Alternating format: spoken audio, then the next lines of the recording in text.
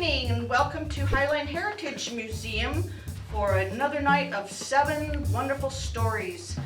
We have 7 stories, real stories from real people, and if that's something you'd like to participate in, please get a hold of us. We have info up at the desk. Would also like to invite you to come visit the museum.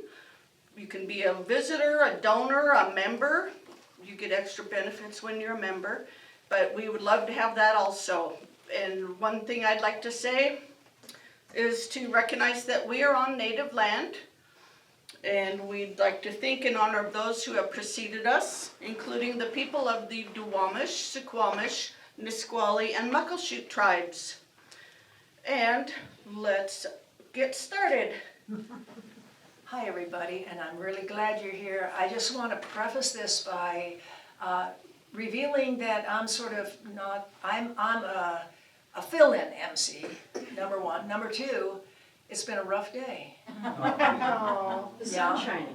The sun's shining, but I was making a big, quick drive to a Star Print and Graphics, which is a wonderful, great little shop on 153rd. And I'm driving to First on 168th, and I see a cat has been hit and is dead in the road. No. That's what I thought. And so I stop the car and I back up and I put my blinkers on. I mean, it's left in the road, so all these cars are going to drive over it, and you know. So I get out and I walk over to it, and it's not a cat, it's a possum. Oh.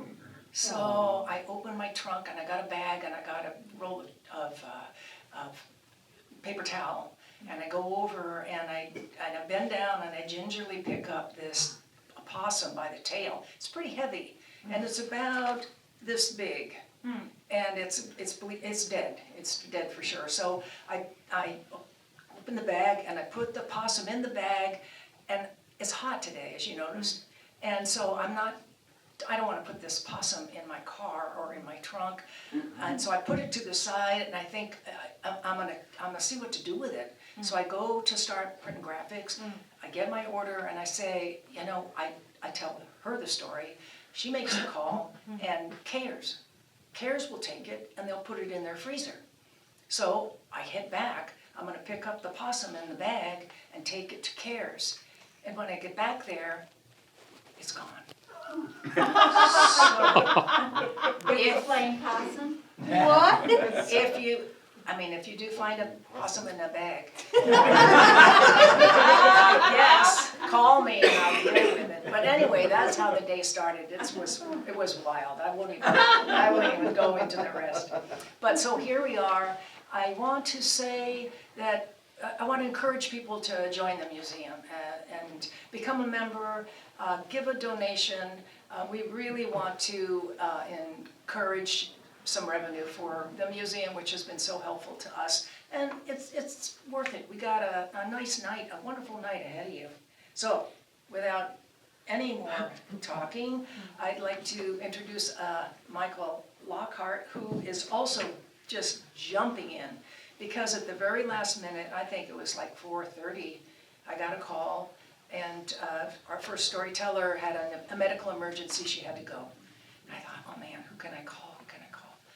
Well, Michael came to my mind because the first story he told that I heard was such a weird story. And it was so funny, and I thought, he can do it. And so I'm really grateful that he said, yeah, I'll dive in. So here he is, Michael Lockhart. About 10 years ago, my wife came to me with the statement, you know, your 3rd grade daughter is going to get out of school very soon, and you will not, because you're a workaholic, you will not have done enough to kind of spend time with her. You should spend more time. I said, after a not insignificant amount of mansplaining, I realized, okay, yeah, you're probably right. And I was kind of fooled because she pulled out a list and said, you should volunteer to do some task at the 3rd grade, at her 3rd grade. So as any workaholic, I had said, yes, I'll do this. So I looked through the list, And I picked out, as a good workaholic, I picked out the least amount of time I had to donate to, and I picked out a task called art docent. Now, I had no idea what that word meant, but it sounded like something that for third graders, I would be providing some spiritual and moral guidance to third graders, and I said, I'll do that. So I signed up for that task. A couple weeks later during the quarter, there's a meeting of all the docents, led by what I will call the docent dictator, and I learned that what an art docent is a person who leads their class through a art project to go to the school auction and make money for the school. I went, okay. When I walked into the room to this meeting, I was the only daddy docent. And when I looked around, I knew some of the people, and I said, oh, there are some very creative people who I knew. Very creative. They worked in the art programs, they did all this stuff. I was like, oh boy. And as the docent meeting went on, I realized, oh, there's a little tension here. It's kind of got a little competition behind it, right? So I was kind of all in at that point, but I was a little nervous. So after the meeting, I talked to the docent dictator, and I said, you know, I'm kind of the only daddy here, so what should I do? And very nicely, she explained, she said, you should go talk to the teacher. Usually the art project is around what the kids are doing. I said, okay, great. So I go meet with the third grade teacher, and at that time they were doing, third graders in Newcastle Elementary School, they do Northwest history, and it's all about salmon. So I said, great, we're gonna do a salmon project. And the other piece of advice from the docent dictator was that she had never done a project with embossing. Copper embossing. Now, that was another word I had to look up because I had no idea what that was either. So, do you know what embossing is? This thing, and it's usually done with metal. This was copper, and there's these thin sheets of metal, and you trace items with it, and you sort of make this relief thing. You know, maybe you'll trace trees or different things, or you'll make and you cut around it, and you put a little acid on it, and it kind of looks like this 3D relief thing done with metal. I thought, well, that sounds kind of cool. So after thinking about it a little bit, I said, this is what we're going to do. I'm going to go to Michael's and buy a 50% off tin mirror, and we're going to do a copper embossed tin salmon mirror. How does that sound? Sounds very fancy. So I spent two classes with the kids, because I only had to give 16 hours, supposedly, or 8 hours. And we did this tracing thing, and we made salmon and rocks and trees, and I made a space needle, and somebody made a Mount Rainier, and I took all, and we traced it, the kids traced it, and I cut it all. I went home for 2 weekends, 2 Saturdays, and I cut it all out, and I kind of acidified it, and I kind of, and then I just not pasted it, my God, I can't even remember what I was doing. I glued them all in a relief pattern onto the tin mirror, so it was sort of this 3D thing, and when I was done, my wife came out and said, dang, I might almost buy that from an art store. And I said, I must be a pretty decent docent. Right? So I kind of thought that. The big weekend comes, and the way this works is on the Friday before the auction, all the projects are displayed for the students and the teachers to see in the gymnasium and vote on. And come to find out, the highest voted ones they line up the auction by the lowest voted one to the highest voted one. And the copper embossed salmon mirror ended up being third. I said, wow, I'm more than a decent docent. So the next day we go to the auction, and I'm kind of like, wow, you know, I might be pretty good at this. So the auction worked like this. They auctioned off an art project. They auctioned off a set of drinks for the table, or for somebody to vote on or to purchase and for their table, and then they auctioned off a live auction item. And this was the pattern all night long. They worked through every class, every grade in this pattern. So of course, third to last, the evening is there's a buzz about the copper embossed salmon mirror. I'm telling you, it was there. The lighting, the room, it was, oh yeah. In my head, I was like, my wife and I are sitting there, okay, with the table, at our table of 8, and we are all excited about the mirror. The mirror is coming up. And right when the mirror is about to come up, my wife says, I need to go to the bathroom.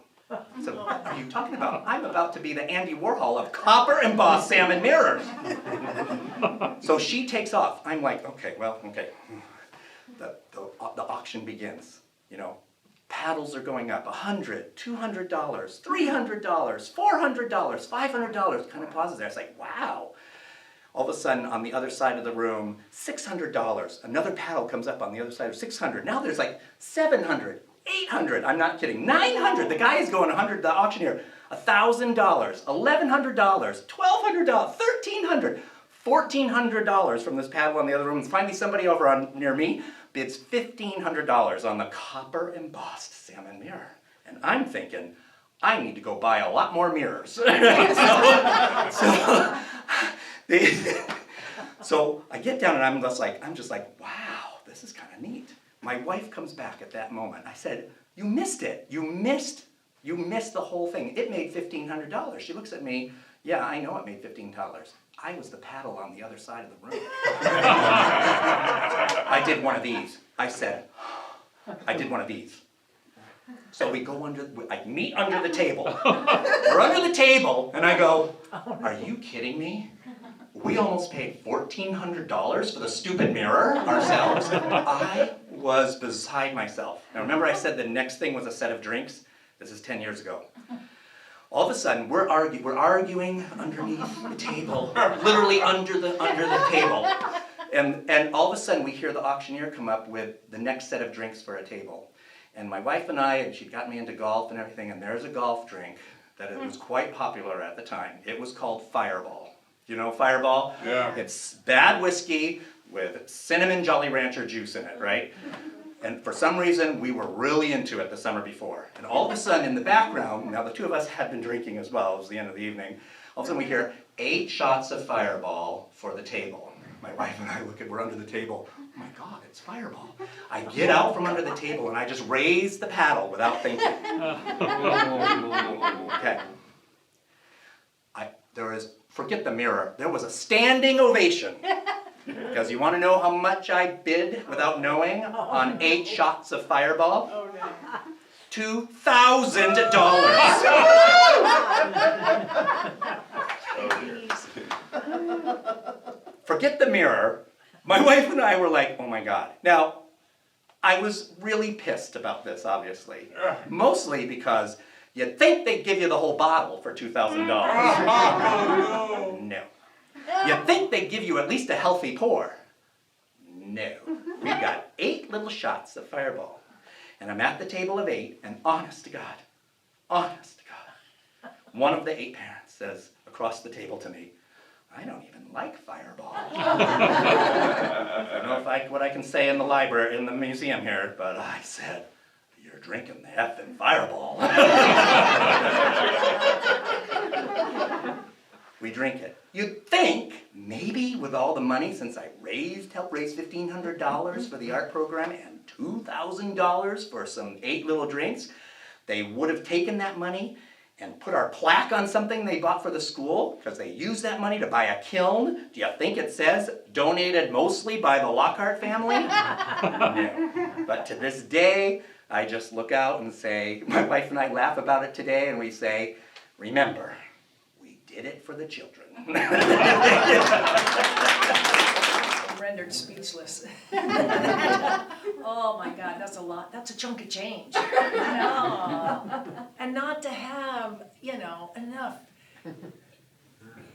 libation afterwards. Yeah. Ay. Oh, what a story. It was painful. Our next storyteller tonight is Sherry Mammoser.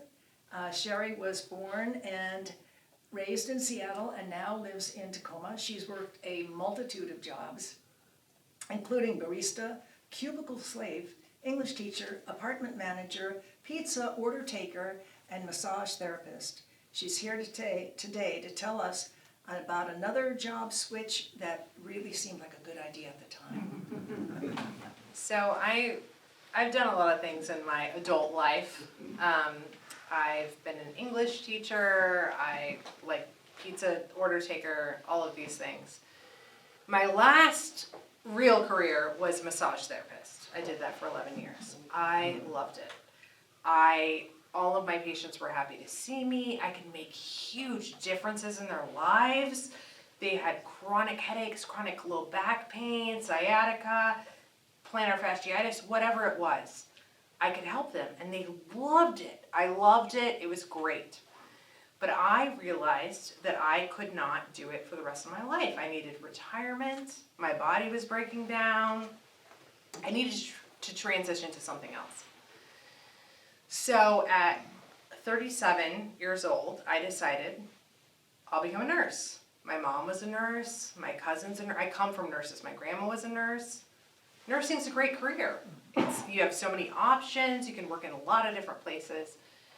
So I decided I was going to be a nurse. I took 11 CLEP tests to get into this one nursing school, which means I studied to take a test to test out of something, got into it, and started nursing school in January of 2020. And then in March of 2020, I was at my clinical, because we started clinicals from the first day. We're at our clinical, which means we're in a hospital setting. We have preceptors, we're learning nursing. And there's this weird thing going around called the coronavirus, COVID-19 as we all like to call it now. And they said to us one day, they said, there's something weird going on. Maybe you guys should just stop going into rooms that require isolation gowns, which is if you have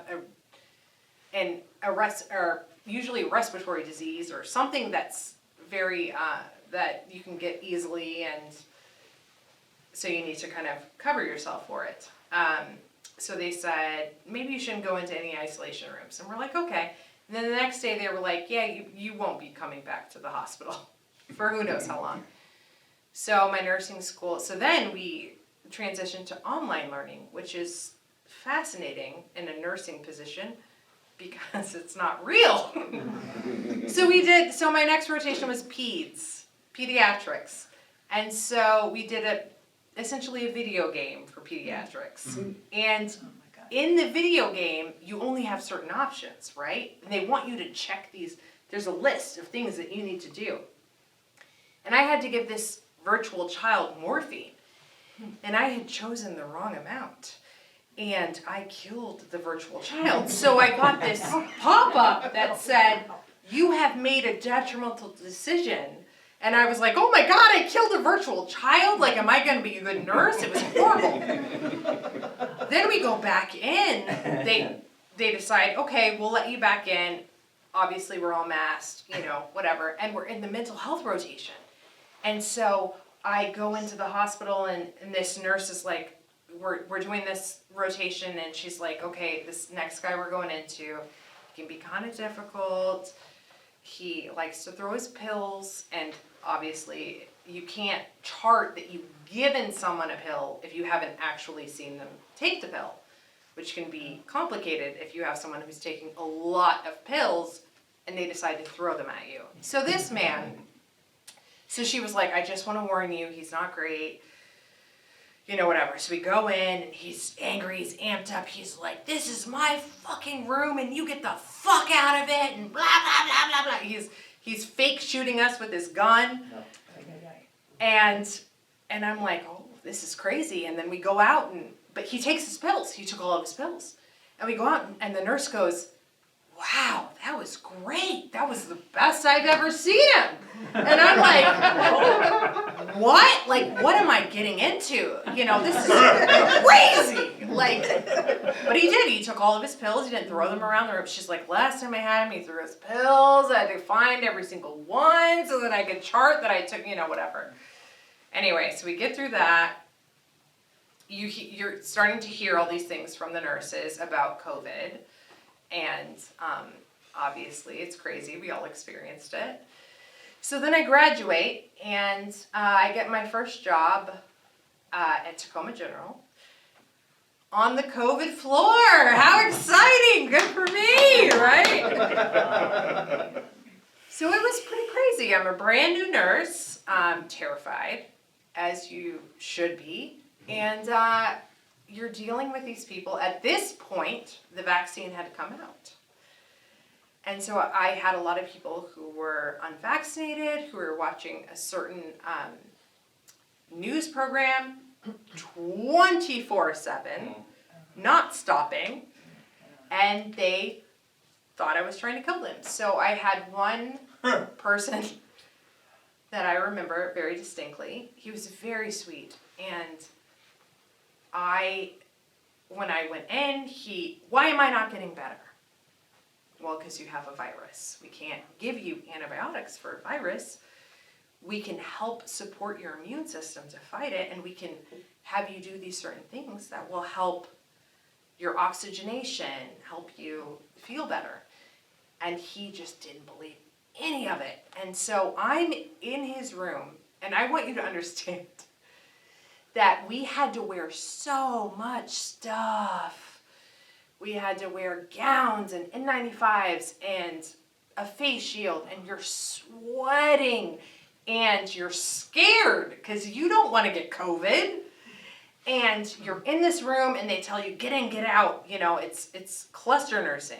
You want to try to do as much as you can at one time so that you don't have to keep coming in and out. And when they call the call out, you speak to them over the phone. And so I have this man, and he's telling me how his best friend is convinced that we're killing him. And his best friend knows because his best friend has a blood infection. And he is drinking antifreeze to kill it. So I am speaking to this man, who doesn't trust me, thinks that everyone's trying to kill him, is convinced that I'm trying to kill him. And he doesn't understand why he's not getting better. And I'm this new nurse who's just trying to convince him, and I'm in all my stuff, and I'm sweating, and I speak to this man for 45 minutes.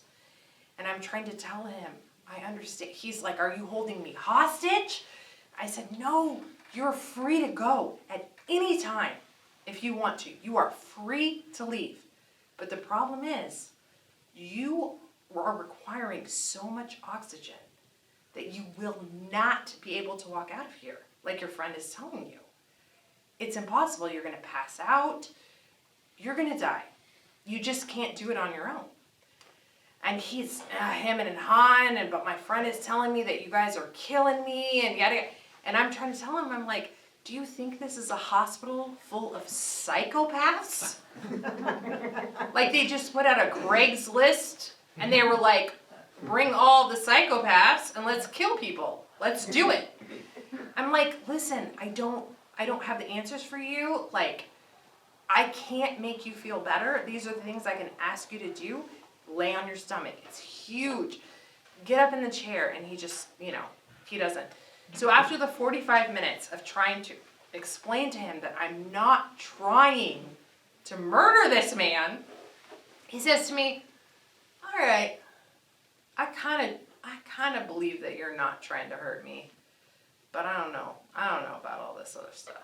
And I'm like, okay, well, that really sucks.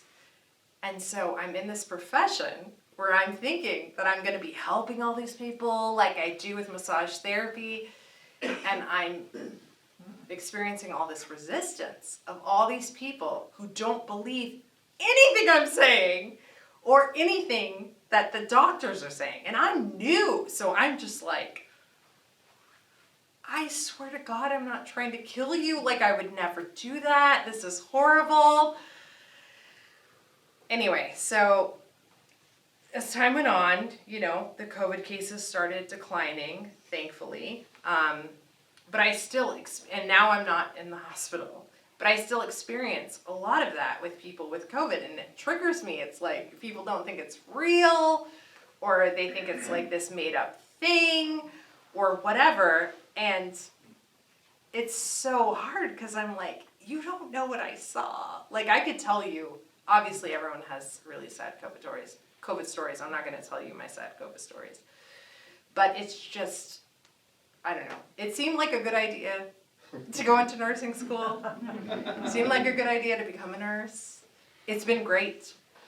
But I picked an inopportune time, I guess. And I had no idea. So, anyway, that's my story. Thank you very much. Right. Good grief. That's like a triple whammy. Holy smokes. Did you ever see that guy again? Did he die?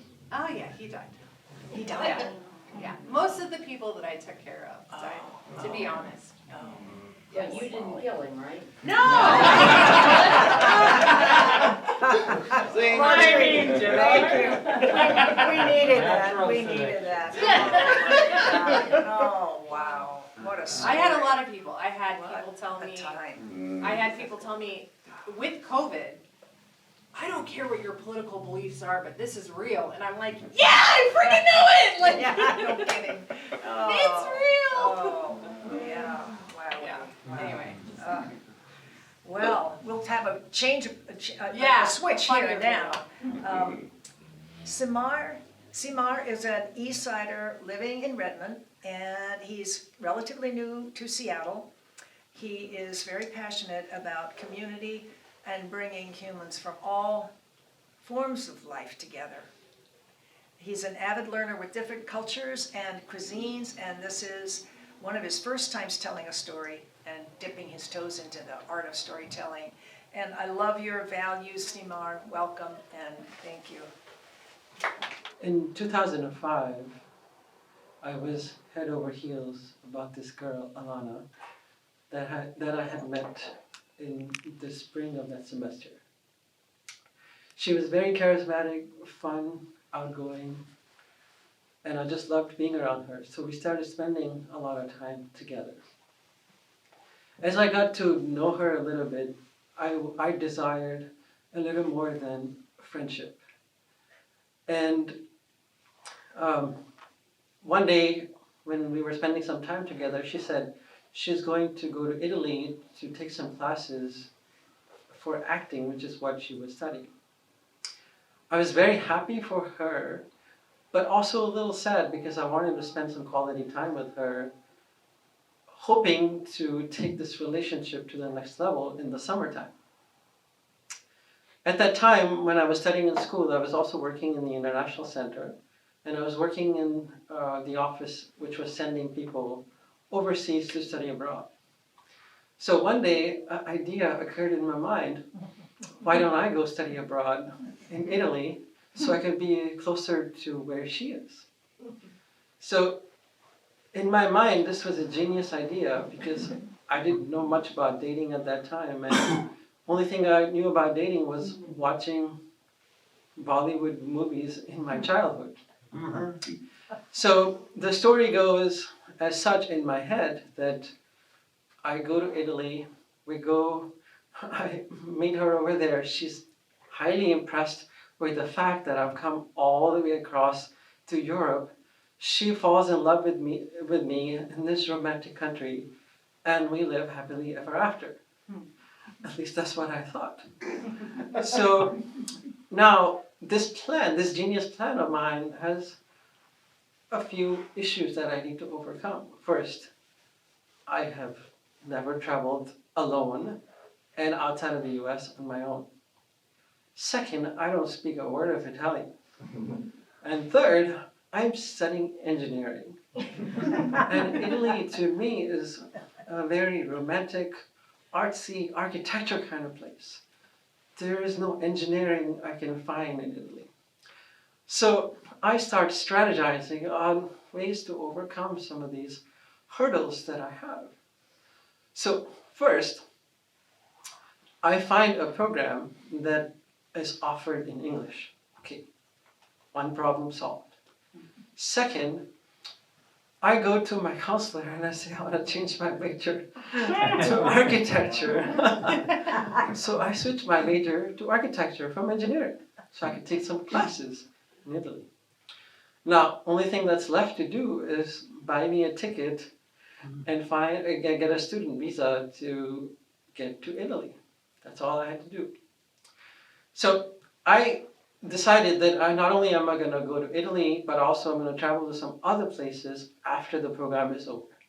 So I decided to buy my own ticket because I can organize this better and it'll be a little bit cheaper.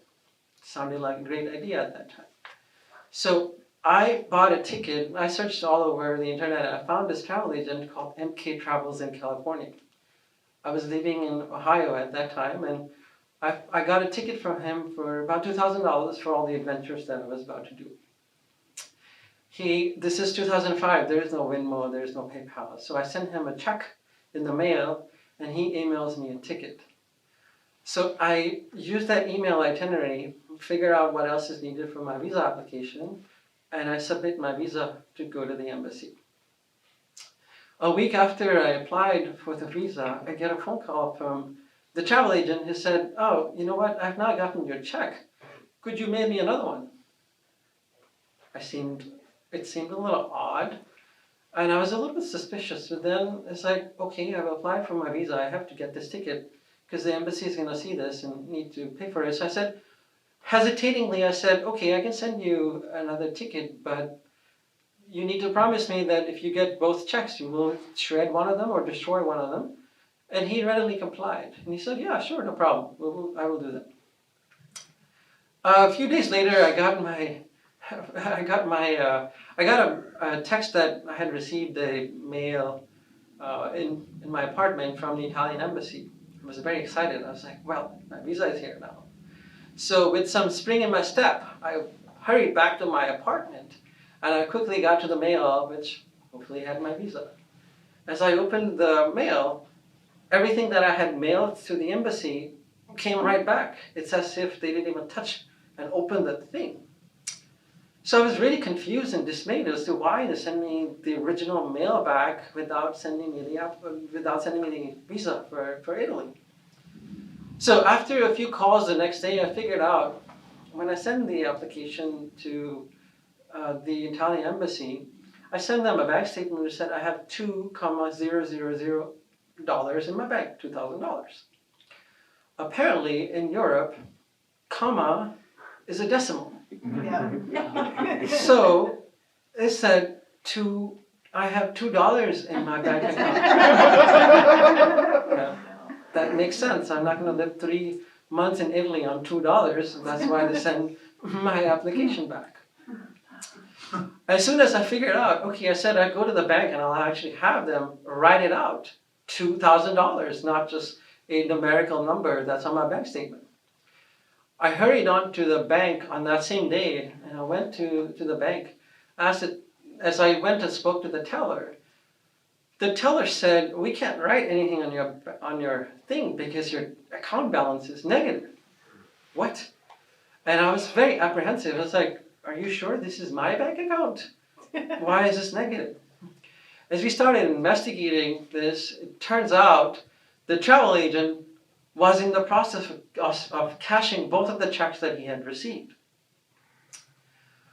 Thankfully, at that time, the process had just started and I could do something about it. The money hadn't flown out from the bank and I was able to put a stop on it by paying them $24 and stop that payment. I was also very, very angry at this guy who told me, well, he'll cancel my check. So I called him and I said, what is going on, my friend? And he said, yeah, he made up some excuse. Oh, this mistake made by somebody at the office, yada, yada, and all that. Okay, fine. I was kind of stuck with it because my application, and I didn't want to buy another ticket, which was going to be more expensive. So I kind of felt stuck with it. So I said, okay, never mind. Just cash the one check. I'll cancel the other one. That's problem solved. In the meanwhile, the bank is able to convert my balance into a positive number, and they write me a letter. I have actual money in my account, $2,000, and I send the application back for a student visa for Italy. The rest of the events for the visa went uneventfully, and I received the mail back with a stamp on my passport, which I was very excited to have. Everything is fine and dandy. I'm supposed to leave to Italy on June 24th, 2005. And on the night of June 23rd, I'm with my friends on a goodbye summer party. And I got a call from the travel agent who said, your ticket's been canceled. I'm like, what? What do you mean the ticket has been canceled? He said, the airlines have canceled your ticket. I just completely froze at that time. I didn't know what to tell him, but a lot of emotions were running through my mind. The first and foremost being just frustration and anger. I hung up with him immediately and I called the airline and asked them, why did you cancel my ticket? And they said, well, senor, your ticket was never issued. So this guy never actually issued a ticket.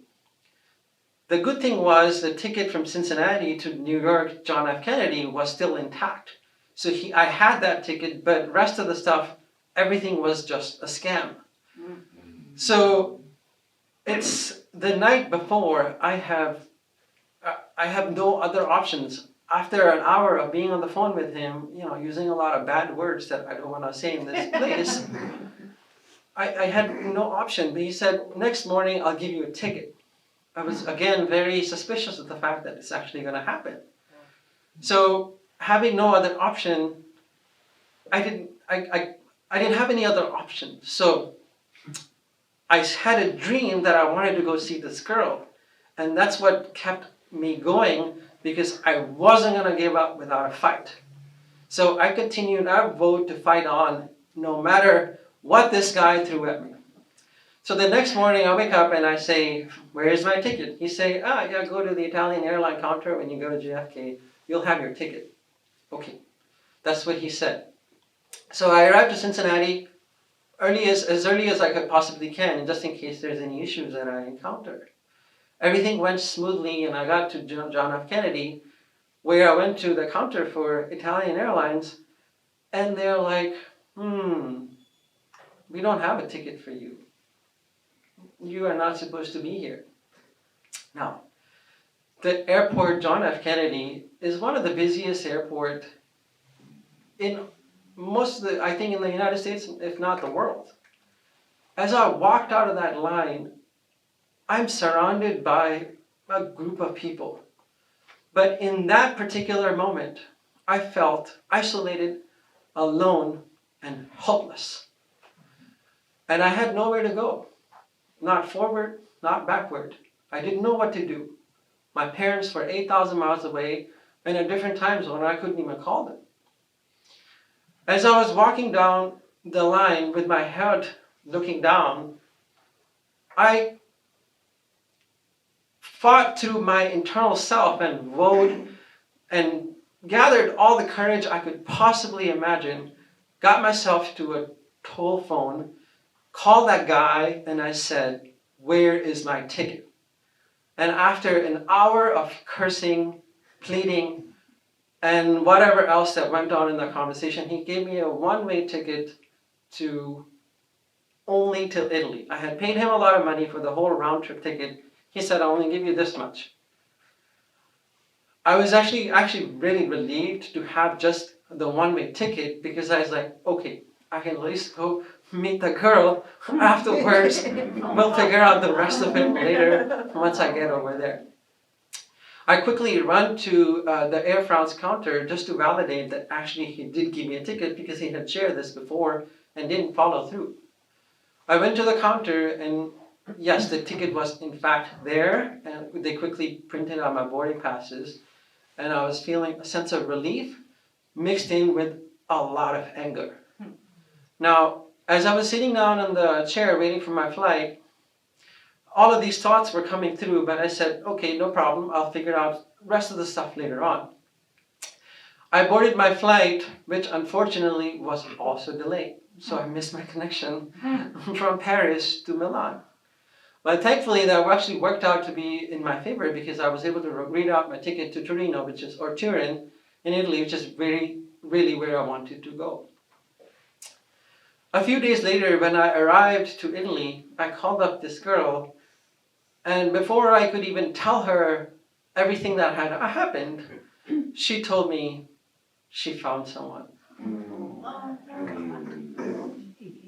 Everything else that she said for the next 45 minutes, I don't remember any of it. I remember I felt sad and I was disheartened when I heard those words, because in my mind I had a dream. So the next 3 months I spent in a completely different country, exploring the culture, exploring the language, exploring the people, even though I felt sad and disheartened at times. And I loved every single minute of my time in Italy. Now, when I went to Italy, I went in with a dream and a desire to make someone fall in love with me. Although that didn't happen, by the time I left Italy, something else happened. This was really finding something that was even more precious and valuable than what I had ventured out for. And this was a love affair that began 18 years ago and that I still adore and enjoy very much, which is my love affair of traveling and my love and this beautiful country of Italy that made me fall in love with it. Thank you. Oh, golly. Oh, man. I just wanted to cry for a minute there. But I have a very good friend who is from Italy who's at our house, and it's just really, I can really appreciate loving and being entranced with Italy and traveling, so good for you. Our next storyteller is Eric. Eric has helped a whole lot with 7 Stories. He's a good local. He grew up here in what we now call Mathison Park, and that's his family. That's his family name, and thanks to them, his mom especially, maybe, that we have that set aside for Burien-ites to enjoy. I'm not going to give anything else away about your story, but just to note that Eric was Burien Citizen of the Year in 2014, and that's a pretty nice accomplishment. So, Eric. Wanted to have a happy retirement in a country outside of the United States that's a little cheaper. We decided to move to Mexico forever. And probably the easiest way to do it is just to fly down there and have them ship all the stuff down to us. But we have a dog, and a dog changes everything. So we decided to put everything in our tiny Hyundai hatchback, fill up all of the back, and then on the top we put all the clothes that we would wear for the 7-day journey down there and some one-of-a-kind artwork. And so that's what we decided. We were kind of nervous, I have to admit, about driving through Mexico. So Marge, our first night in Mexico, she made a reservation for a motel that had a locked parking area. So anyway, on our last night, before we were set to go, we worked all day and it got to be 5:30 at night. And I suppose, the good thing to do would have been just to, stay there and get a fresh start in the morning. But our condo was gutted. No table, no chairs, no bed. So we loaded the dog up in the car, and he was really enthusiastic. He thought he was going to the dog park down the street. And we headed off to Mexico on our new adventure. By 1:30 in the morning, we'd only got as far as Salem, Oregon, but we were exhausted. We couldn't drive anymore. We found a motel, checked in, didn't even unpack, just went and got into bed in our clothes. And so the next morning, Marge got up, even before she had her coffee, and went out and walked the dog. And she came back and reported, all the stuff on the top of our car has been stolen. What? I had 2 immediate reactions. First of all, this was too serious. This was too serious for her to be kidding. And second, this was just too terrible to be true. But it was true. And that wasn't the only roadblock we had on our road trip. Going across Arizona, we decided, the deserts of Arizona, we decided that we would stay overnight in Tucson. And we made a plan. I would drive and she would call for reservation on her cell phone. But by the time we got to Phoenix, Marge was frantic. Who knew Tucson was having nationally known gym and rock show in the dead of winter. There weren't any reservations. So anyway, by the time we pulled into Tucson, I decided I'd have to man up and find a place at the inn for my family. So I charged into the motel, into the reservation desk, and there was a guy in front of me checking in. Well, you know, if you got a room for him, you got a room for me too. I said, yes, we have vacancies. Wow, yay. But now the big question, do you take dogs? We take service animals. Is your dog a service animal? Well, the truth is that, you know, Otto gets kind of anxious when he's not around us. We're his service animals. So, you know, I tried to bluff my way through it, but, you know, I guess I don't have much of a poker face.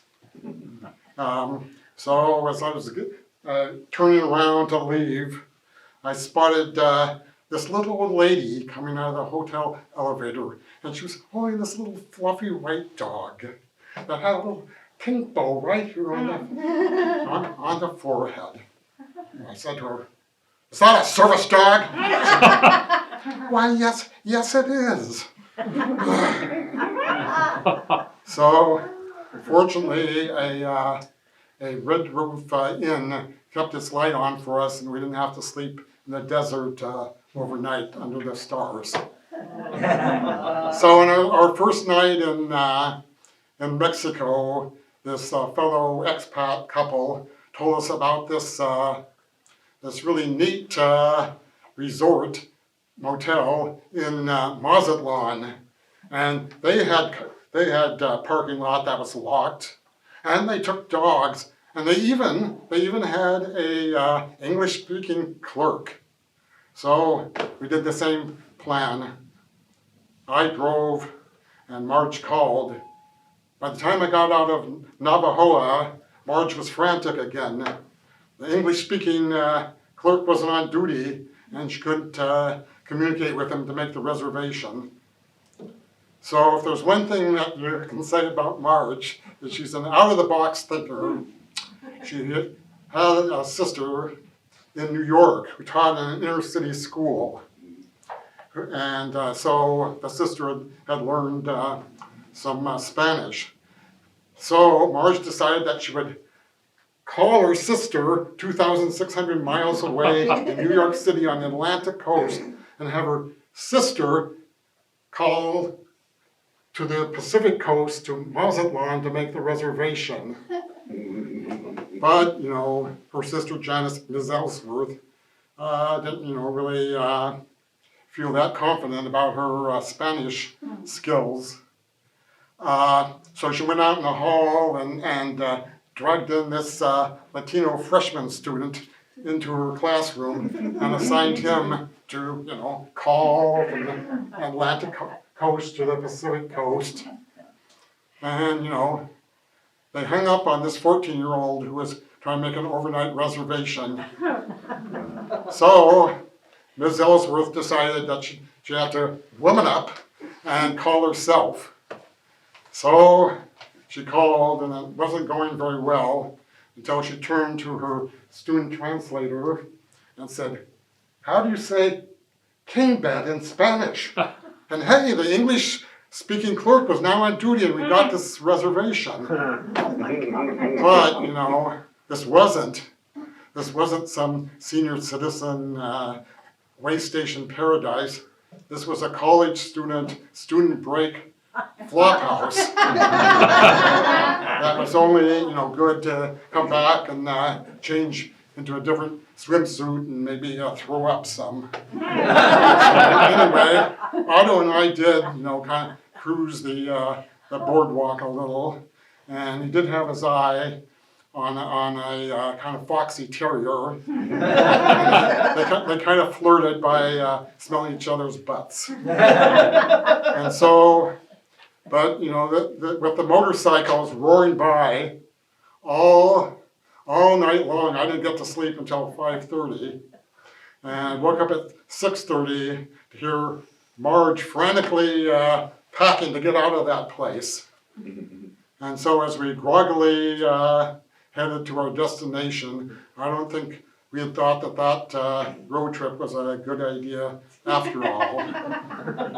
But I have to say that this road trip did give us the resilience, and maybe I'll even say the toughness, to manage to adapt to the problems we had adapting, to a different culture.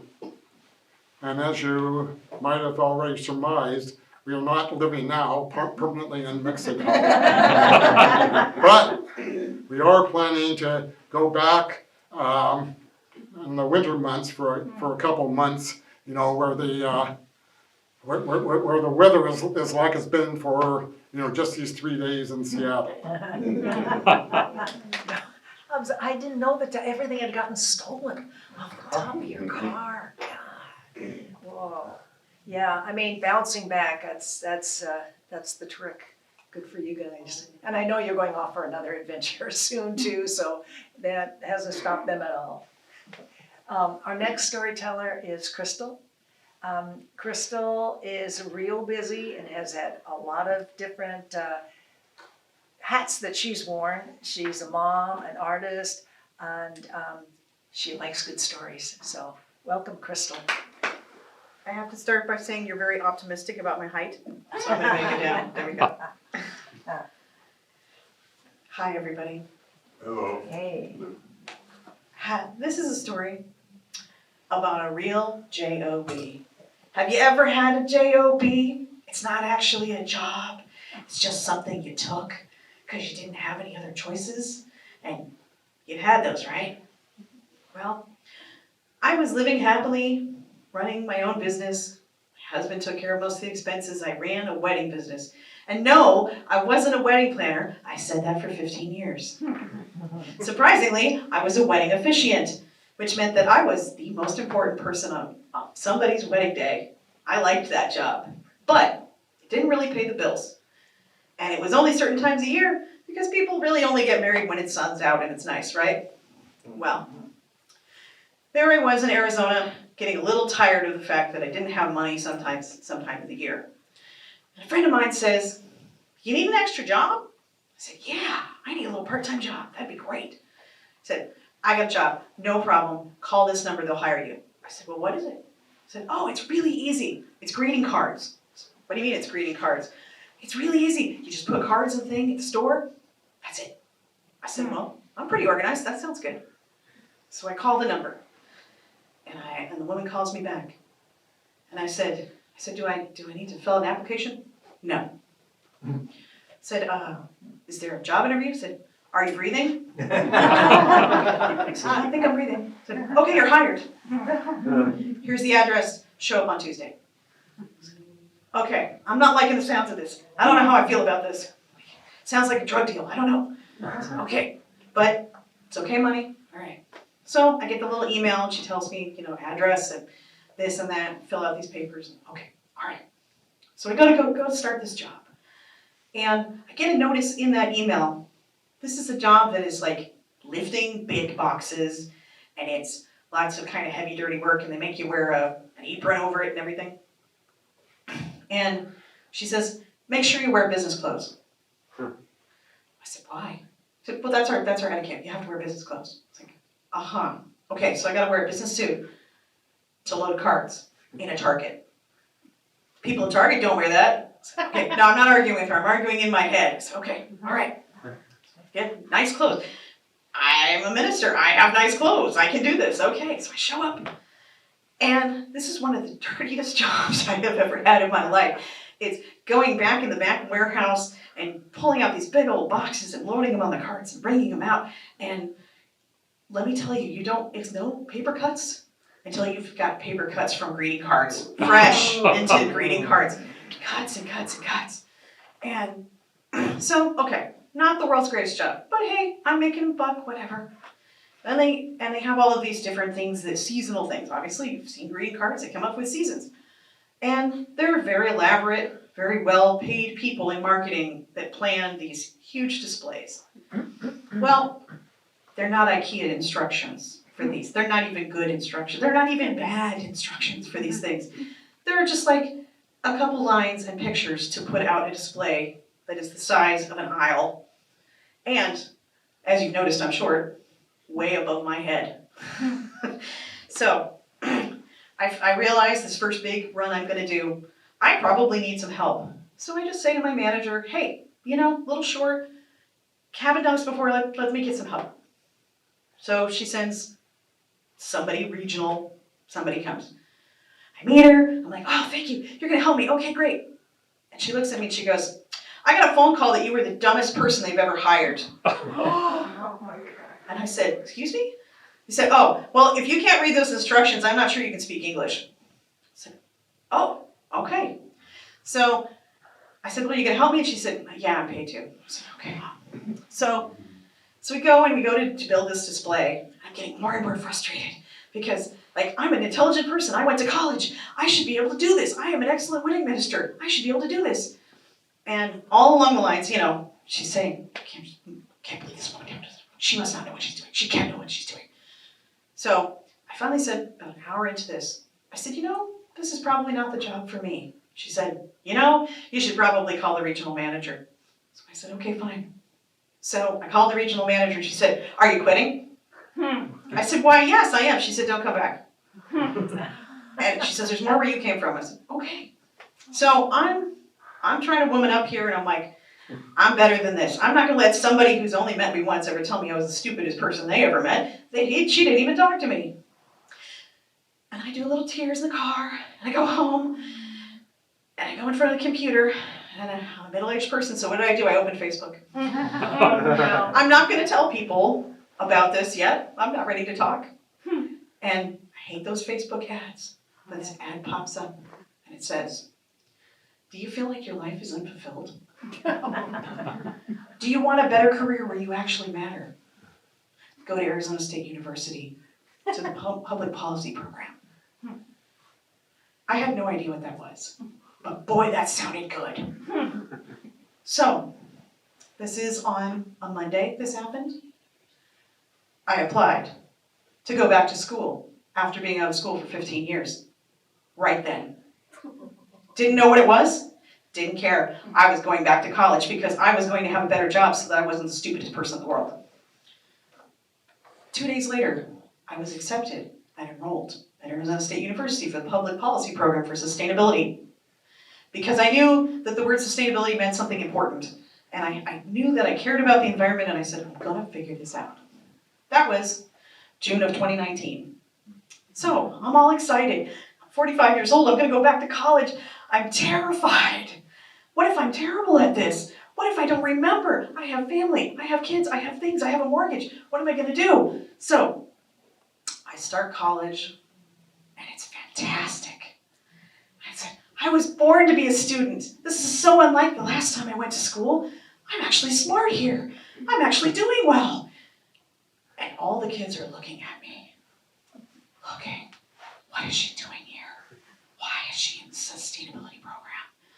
And I swear, in my head, I'm hearing them mumble to themselves. They're probably not. They're probably just looking at their phones. But I start in sustainability, and in sustainability you take this first class, Sustainability 101, right? Logical. And they start out by telling you, this is the most depressing class you will ever take. And they spend the first 2 months telling you everything that's going to kill the environment and the planet. Everything. In great detail, in timelines, in every way imaginable how we're all going to die. 2 months of this. I am going, what am I doing? What am I doing? We're gonna kill the planet. What am I doing? Why am I doing this college? Why am I the only 45-year-old in college? And finally, 2 months in, my sustainability teacher, this very sweet and loving and earth-loving person, stands up and says, I know you're all upset, but I want you to know this is just the first semester of sustainability. Next semester, we'll tell you how we fix everything. So I said, okay, I'm gonna hang on. Next semester started January 2020. It's going great. I'm doing stuff I never thought I would do. I'm even taking statistics, and I hate statistics. And I'm like, I'm gonna do it. I'm gonna go to sustainability school. I'm gonna finish this policy degree. I'm brilliant. And then I decide to go on a trip.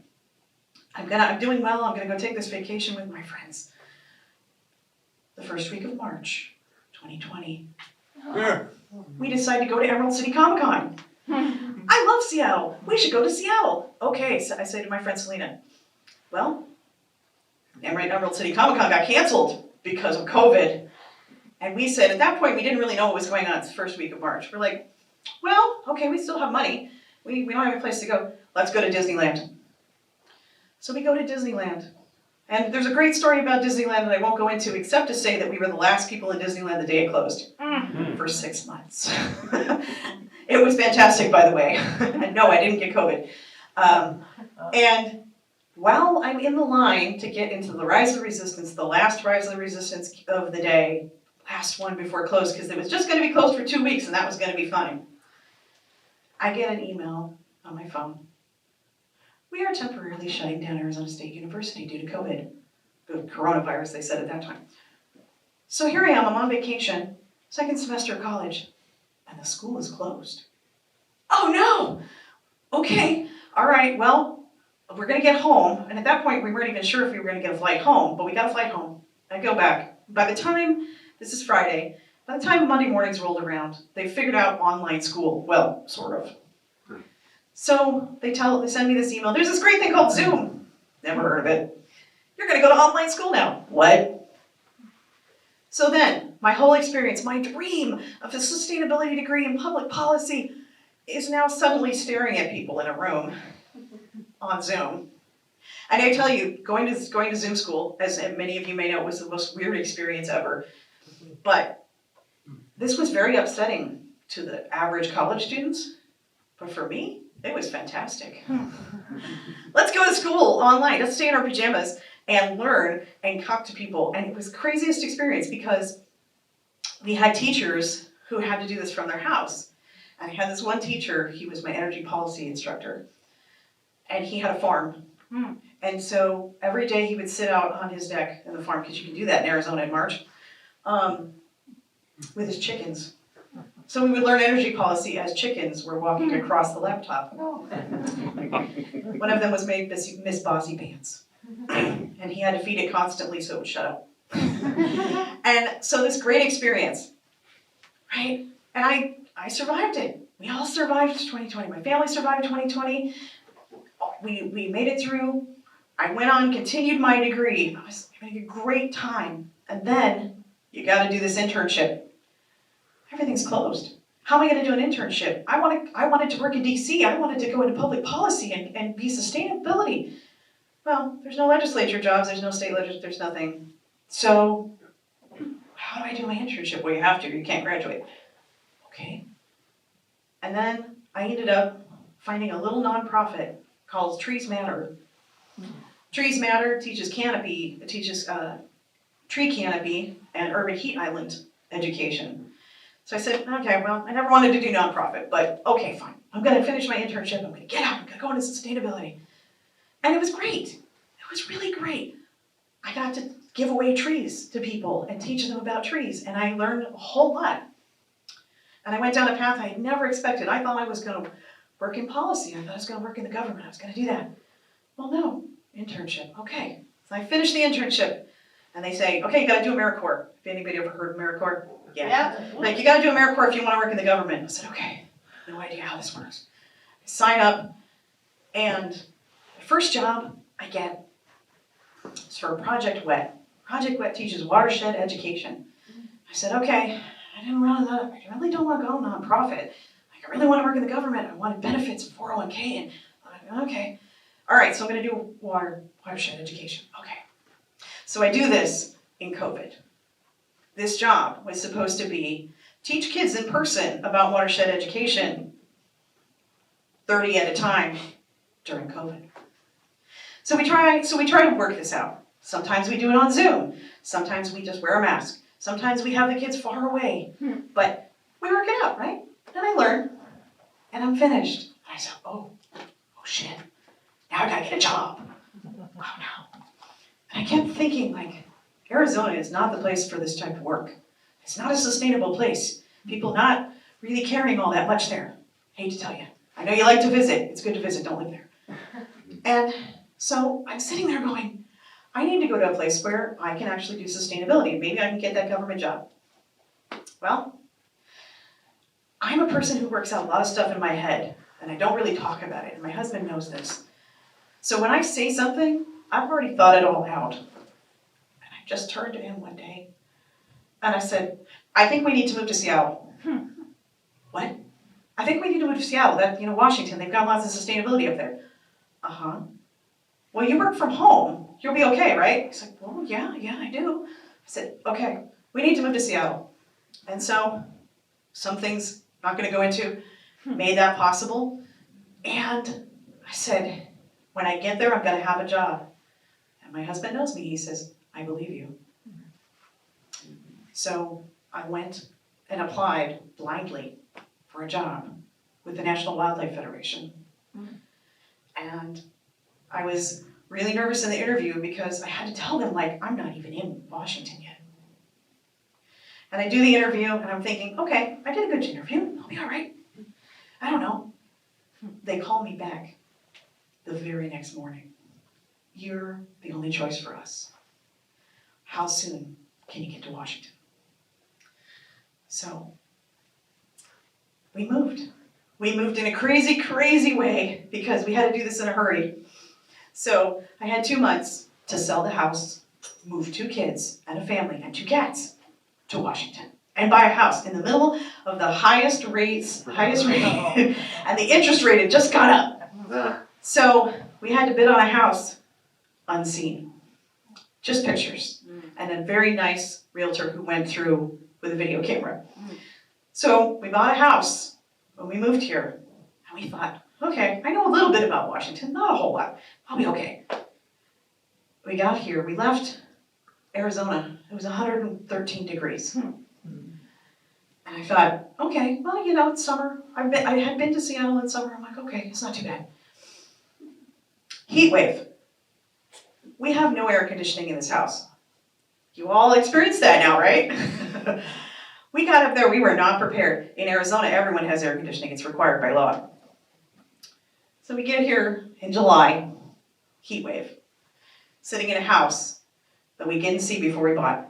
Turned out okay, took some work. And then I get in and I start this job. I think, there's always the first day with the job and you're like, oh, what have I done? I'm never gonna understand this job. But I got started in it. And they said, you're gonna teach habitat restoration. I didn't know what that meant. I knew it had something to do with sustainability because I did know a little bit about sustainability. And the first time that I went on a restoration project and they handed me a shovel and they said, we're gonna plant trees. And they said, do you know how to plant trees? I was like, well, actually, I do know how to plant trees. I work for Trees Matter. Okay. And I got my hands in the soil. I looked up the conifers and cedars. And I said, oh my God, this is the dream job. This is the dream job, and I am home. And I felt the biggest peace I had ever felt in my entire life. And all of that happened because I took a crummy JOB at American Greetings. Yowzers. That was a saga, holy moly, and it turned out so well. Good for you. I went over 7 minutes, I'm sorry. Yeah, that's okay. Jeannie. Yes. Jeannie is here to tell us her story, and she's retired after 40 years in the steel pipe valve and fitting business. And currently, she's office manager at the Highline Heritage Museum. So, welcome. Before we go any further, we have to have a word from our sponsor. It's a line you've already heard tonight, but if you haven't already, please consider joining the museum, or donating to the museum, or just coming to see the museum. Some people found our mascot tonight Yes. He's a little boy. He's a local boy. Yes. He's only 1,300 years old, so, you know, okay. How many of you know Cindy up the Grove? Bunch of you? For those of you who don't, Cindy up the Grove is the reason this museum exists. She worked for 25 years to get this done. So in the small world thing, Cindy and I lived 3 houses apart in Falls Church, Virginia, and went to high school together. We now live 3 miles apart in Burien, Washington. But she's part of this story, so if you see her, you can remind her of it.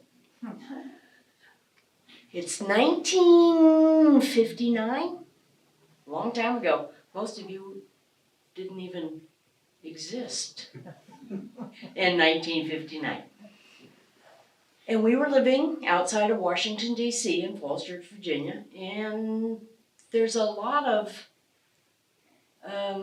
politics going on. Eisenhower's in the White House, and there's new politicians popping up all around the area. So one night, Cindy and myself and another friend decided we'd go check out a new politician that we had heard about. Wasn't kind of mainstream, but we'd go check him out and see what was what. So we piled into the car, us 16 and one 17-year-olds, and we went off to Washington, D.C., to the suburbs of Washington, D.C., to this little cabin, little bungalow. And we went in and we met the gentleman who was the new politician on the block. And, you know, there's flags on the wall and all this, you know, good political stuff. And he's got lots of pamphlets laying around, and he talked to us. And so here are these 3 little teenage girls visiting with this dude who has a number of bodyguards around him. And we talked, and not a lot of it made much sense. And then all of a sudden we got that feeling that you kind of need to not be there. You probably should get out and take your little butts home, because it's not a school night, it's the middle of the summer, but we really did not need to be there. There's what we were feeling. So with a stop at McDonald's on the way home, we got back to Falls Church and didn't tell any of our parents where we had been. And then we started figuring it out. The flags on the wall were swastikas. His bodyguards were all in little brown uniforms with guns. And the gentleman's name is George Lincoln Rockwell, founder of the American Nazi Party. Going to meet him seemed like a really cool idea when we left the house. When we got back to the house, we sort of figured out that that was probably the dumbest thing that we had ever done, and it was just plain stupid. But surprisingly, I found out just recently that he was walking out of a theater one night 20, 30 years ago, and somebody shot him. Guess they didn't figure we needed him any longer.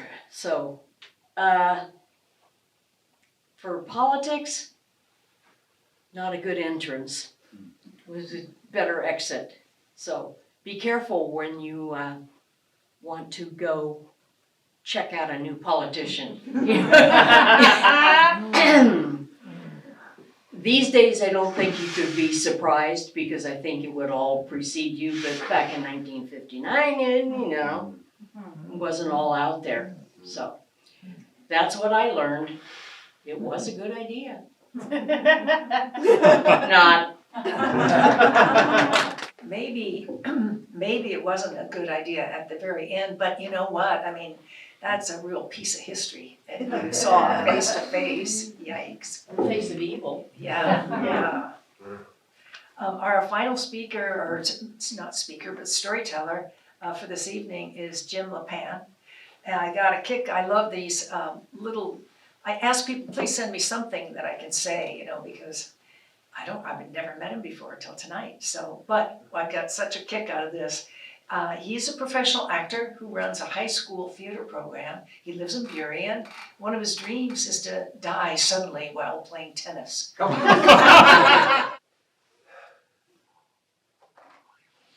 I got caught stealing. There was no signal involved. I went on my own. I was 10 feet from second base. There was no way. There was no way I was going to make it. I went back to the bench, where my Babe Ruth League coach was sitting. And this guy, I swear, I don't remember his name, but he was Walter Matthau, coach of the Bad News Bears. And he said, well, what were you thinking? Why did you run? I said, I wanted to see if I could make it. He said, well, I guess you found out, didn't you? And I put my hands up like this. Actually, it was more like this. And I said, seemed like a good idea at the time. Or I was thinking that anyway. Anyway, that's not the story. But it relates to the story. I was sent in to pinch run. The coach was actually doing me a favor. He was trying to get me in the game. I couldn't really play otherwise because you can't swing a bat or put a glove on when you have a cast on your left pinky finger. Preamble. Anyway. June 1978, Brattleboro, Vermont. It was the last day of school. I don't remember the exact date, but it was the last day of school for me in 8th grade and for my younger sister, Bridget, in 4th grade. And we were arriving home. And actually there were 6 kids, but we were the 2 that were there at the time. My oldest brother, Ray, who was probably 22, was probably ramping up for some sort of manic phase. My second brother, Patrick, was living in Sin in Putney with a Protestant, so he was kind of a touchy subject. They've been married 42 years. My sister Mary, my older sister Mary, had graduated, got a job at a local hospital, moved out. Before she moved out, she adopted a kitten. Then she moved 2 blocks away, but the kitten decided she liked the house better, kept coming back and just stayed with us. The cat's name was Damn Antics. And my brother Rich was a junior, but he didn't come home much. He really preferred the company of his peers and whatever they were smoking at the time. My mom, who had, after having 6 kids, went back and got 2 master's degrees, and she had begun teaching in Whitingham, which was 2 towns over. So she drove off there every day. My dad ran a small store in Brattleboro, like 2.5 blocks from the house. Ran it himself, basically, 80 hours a week. Ran that for like 18 years. Then sold the store, took a job at the post office, which is only half a block away from us. Worked that for 17 years, and those are the only jobs I remember him having. The man had the smallest carbon footprint you could ever imagine. He really did. We owned one car, and mostly my mom drove, right? He just walked. That's good. So, that meant that Bridget and I were essentially latchkey kids. If you don't know what that is, they're basically, they're kids who come home from school and they kind of just take care of themselves for a couple of hours. And that was fine. But this was the last day of school. I mean, Alice Cooper, school's out for summer, school's out forever. We were all very happy. I, being in 8th grade, I was very interested in baseball, things I could do with my body. I was curious about a lot of things and very hungry, so I headed for the fridge. Bridget, meanwhile, was up in her room upstairs listening to a Sean Cassidy record, very loud.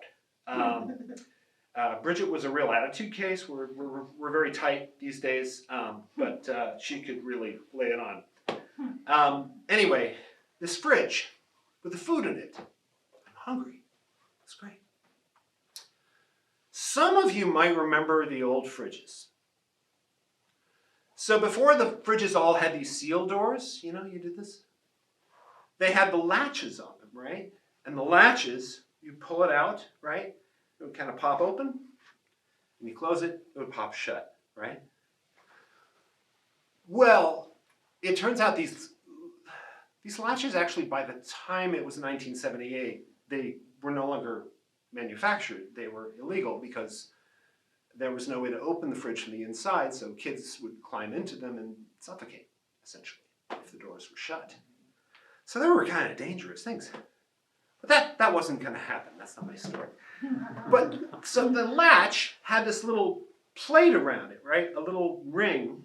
But the ring, it was an old fridge, had kind of come loose. And I was interested in how it works. And so I'm like, look, I had been studying it for a while, looking about what happens when I open the thing. And there's this little pin that would sort of, would close. And I was like, is there a way to make it open? Well, let's look inside. Oh, there's a thing you can press. Oh, look, pop. The little pin just pops right out. That's really interesting.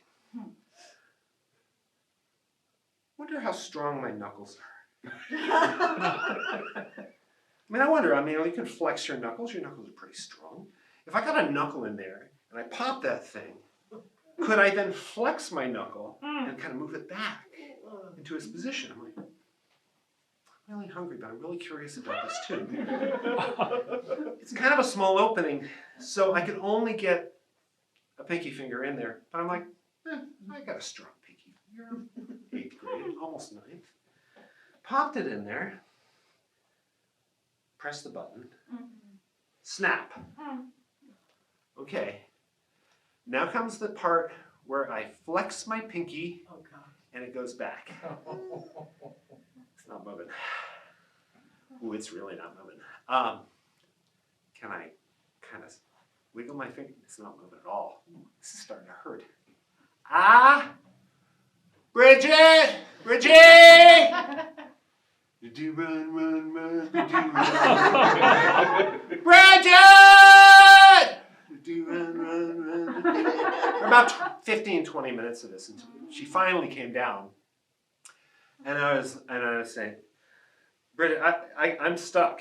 I'm stuck here. I can't get away from the I'm stuck in the fridge door. And she looks at me like, whatever they said in 1978. I said, can you call Dad? So she gets Dad on the phone at the store. And about 10 minutes later, he closes the store. He comes up and he enters the house and he assesses the situation. He kind of suggests the same things I had already tried. And then he gets his tools out. So a thing you should know about my dad was he grew up in Brattleboro. He was like the mayor without being the mayor. You know what I mean? He knew everyone. Everyone. and just everyone loved him. But he could not do much with tools. So he was about another half hour just kind of disassembling things and trying to figure this whole thing out. Eventually got the thing off, and we pull it out, and it doesn't look right. It's like, that's not good. I think we need to go to the hospital. Okay, all right. So he and Bridget and I walked down the steps. Mind you, the car is in Whitingham, right? But because it was Dick Lapan, somebody's driving up the street, he just waves at him, he knows him, drives us to the hospital. They fixed it up, they placed the pin, and that was the beginning of the summer of 1978. Meant I couldn't swim, I wasn't going to be able to play baseball for a while. It was, what can I tell you? It was a good idea at the time. Oh, thank you, everyone. I want to remind you that our next 7 stories is, let's see, we are in May 28th, I think it is, last Friday in May, and the theme is broadly interpreted, uncoupling, separating, getting out of a jam, whatever, extrapolate that out. That's the theme to be broadly interpreted. So come back in a month and we'll have another good night. And thank you very much, everybody.